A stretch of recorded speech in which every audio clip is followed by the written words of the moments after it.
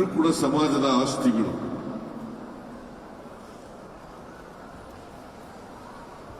ಅವರು ಇವತ್ತು ಎಲ್ಲ ಕ್ಷೇತ್ರಗಳಲ್ಲೂ ಕೂಡ ಸಾಧನೆಯನ್ನ ಮಾಡ್ತಾ ಇದ್ದಾರೆ.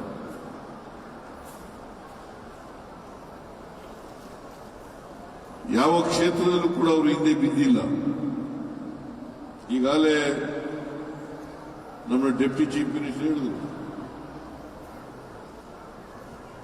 ಒಲಿಂಪಿಕ್ ಕ್ರೀಡೆಯಲ್ಲಿ ನಮಗೆ ಹೆಚ್ಚು ಪದಕಗಳು ಬರದೇ ಹೋದರೂ ಕೂಡ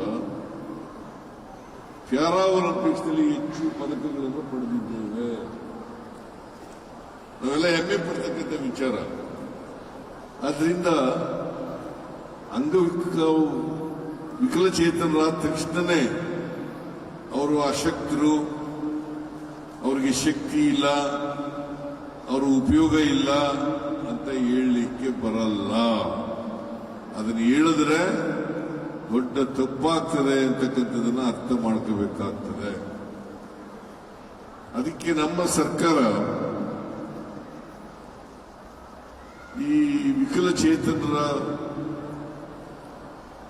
ದಿನಾಚರಣೆಯ ಅಂಗವಾಗಿ ಸಮಗ್ರ ಮತ್ತು ಸುಸ್ಥಿರ ಭವಿಷ್ಯಕ್ಕಾಗಿ ವಿಕಲಚೇತನ ವ್ಯಕ್ತಿಗಳಲ್ಲಿ ನಾಯಕತ್ವದ ಉತ್ತೇಜನ, ಸಮಗ್ರ ಮತ್ತು ಸುಸ್ಥಿರ ಭವಿಷ್ಯಕ್ಕಾಗಿ ವಿಕಲಚೇತನ ವ್ಯಕ್ತಿಗಳಲ್ಲಿ ನಾಯಕತ್ವದ ಉತ್ತೇಜನ ಎಂಬ ಘೋಷವಾಕ್ಯದೊಡನೆ ಈ ವಿಶ್ವ ದಿನಾಚರಣೆಯನ್ನು ಆಚರಣೆ ಮಾಡುತ್ತಾ ಇದ್ದೇವೆ.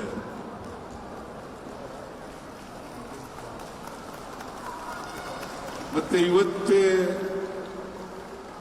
ನಾವು ವಿಕಲಚೇತನರ ಆರೈಕೆ ಮಾಡತಕ್ಕಂಥ ಜನರು ಅವರ ದಿನಾಚರಣೆಯನ್ನು ಕೂಡ ಆಚರಣೆ ಮಾಡ್ತಾ ಇದ್ದೀವಿ.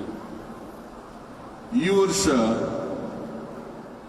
4 ವಿಕಲಚೇತನ ಇದಾವಲ್ಲ, ಅದರ ಆರೈಕೆದಾರರು ಅವರಿಗೆ ಒಂದು ತಿಂಗಳಿಗೆ 1,000 ರೂಪಾಯಿಯನ್ನ ಕೊಡ್ತಕ್ಕಂಥ ತೀರ್ಮಾನವನ್ನ ಮಾಡಿರ್ತಕ್ಕಂಥದ್ದು ಇಡೀ ದೇಶದಲ್ಲೇ ಕರ್ನಾಟಕ ಮೊದಲನೇ ರಾಜ್ಯ ಅಂತಕ್ಕಂಥದನ್ನ ಘೋಷಣೆ ಮಾಡಲಿಕ್ಕೆ ಬಯಸ್ತಾರೆ.